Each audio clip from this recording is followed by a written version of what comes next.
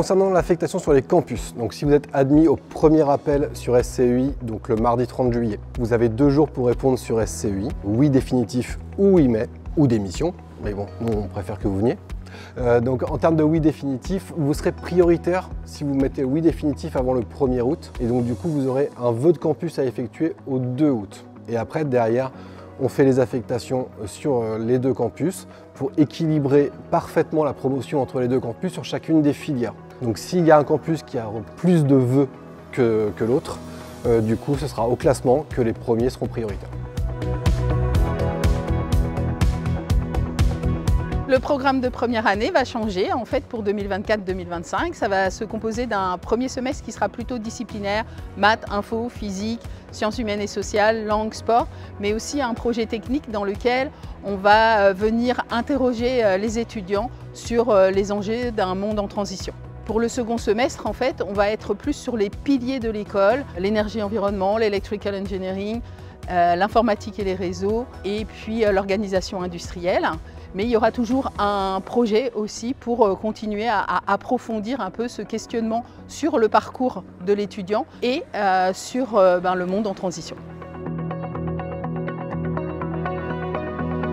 Il y a un stage chaque année. La durée des stages est différente chaque année. La première année, c'est 4 semaines de stage pour pouvoir rencontrer l'entreprise, en fait, savoir ce que c'est qu'une organisation. Donc on est plus sur un stage de type ouvrier, opérateur. Sur la deuxième année, on a un stage qui peut être de 2 à 4 mois en fonction du parcours académique. Ce stage a plutôt une vocation à mettre en œuvre un rôle d'assistant ingénieur où on va découvrir un peu ce que c'est qu'un projet en entreprise. Et évidemment, il y a le stage de fin d'études qui, lui, est vraiment le point final en fait, de la formation et qui montre que les étudiants sont en capacité de venir de l'étudiant au jeune ingénieur. Le stage de première année a vocation à être un stage opérationnel. On ne préconise pas un stage à l'international pour des raisons notamment de maîtrise de langue. Cependant, si vous maîtrisez la langue parfaitement, que ce soit de l'anglais, de l'espagnol ou une autre langue, bien sûr vous pourrez faire votre stage de première année à l'international. À IMT Atlantique, on peut partir à l'international pour valider son quitus international. Il y a plusieurs possibilités, le transfert de crédit et le double diplôme. Grâce à IMT Atlantique et la direction des relations des partenariats académiques, qui sera votre boussole durant ce projet, on peut compter sur un réseau de plus de 130 partenaires à travers le monde. La tendance actuelle en Europe, ce sont les pays scandinaves et l'Allemagne. Et pour tout ce qui est hors Europe, nos étudiants ont très largement l'habitude de demander les États-Unis, le Canada, le Japon, mais également l'Australie, avec une petite coqueluche en ce moment qui est l'Indonésie. Le double diplôme à l'international est une autre possibilité de mobilité. Il fera partie de la validation du quitus. L'idée, c'est que c'est une mobilité longue où vous pourrez obtenir le diplôme du partenaire à l'étranger. Imperial College fait partie de nos partenaires. Il est possible avec une option maths info, une spé maths info, de le faire. À savoir que le départ se fait lors de la 3e année, vous allez avoir 2 ans pour préparer ce projet, que ce soit Imperial College à Londres ou bien aux États-Unis à Georgia Tech University ou encore au Canada à Concordia ou même au Japon à la Tokyo University. La DRIPA, on sera là pour vous accompagner IMT Atlantique pour ce projet de double diplôme. Le transfert de crédit, c'est une mobilité internationale qu'on appelle une mobilité courte. Il s'agit d'un semestre à l'international que l'étudiant ou étudiante réalise lors de sa 2e ou de sa 3e année. Ce transfert de crédit, il peut se faire parmi l'un de nos 130 partenaires. Et pour ce faire, l'étudiante ou étudiant prépare ce projet 10 mois en amont avec la DRIPA, la Direction des Relations Internationales et des Partenariats Académiques. L'idée, c'est que nous, DRIPA et IMT Atlantique, on vous envoie à l'international pour devenir des ambassadeurs de nos écoles et de nos pays. Une thématique d'approfondissement, c'est une spécialité de 2e et 3e année qui adresse les différents piliers de l'école, à savoir la santé, les organisations industrielles, l'electrical engineering, l'énergie et l'environnement et l'informatique et réseau.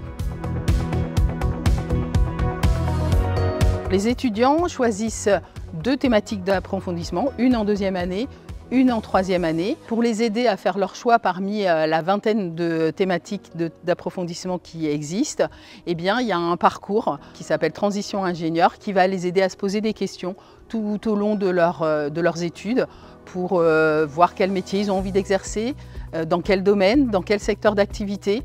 Et donc, ça va leur permettre de faire le meilleur choix par rapport à leurs envies.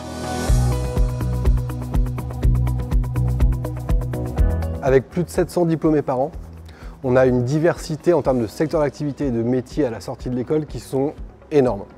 Donc quand on a une envie spécifique par rapport à un domaine particulier, même si on ne fait pas de ce domaine-là en termes de formation, on ne fait pas de biologie par exemple à IMT Atlantique, par contre on a des choses qui tournent autour de l'océan et de la mer. On a une chaire Oceanics, on a le pôle mer, on a des partenariats avec Ifremer, donc il est envisageable d'orienter son parcours pour travailler dans ce domaine, mais par contre pas forcément sur le métier de la biologie. Sur l'aérospatiale, on n'a pas de formation à proprement dit dédiée à ce domaine-là. Par contre, on a des formations qui peuvent permettre d'y travailler derrière, avec des partenariats. On a par exemple Irispace à Brest qui permet de travailler sur la satellite dans ce domaine-là. Et on a d'autres thématiques d'approfondissement, donc des domaines un peu d'approfondissement scientifique qui permettent de travailler sur de l'automatique, du contrôle-commande, des systèmes embarqués qui sont évidemment reliés au domaine de l'aérospatiale.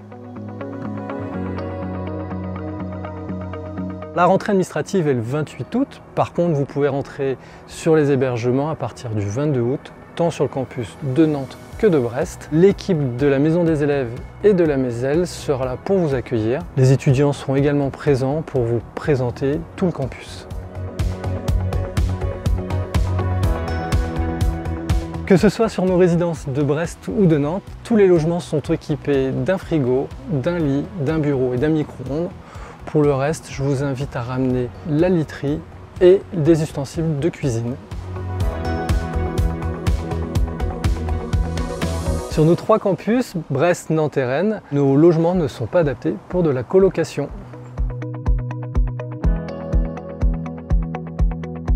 On va distinguer 2 éléments, donc la partie scolaire et la partie extrascolaire.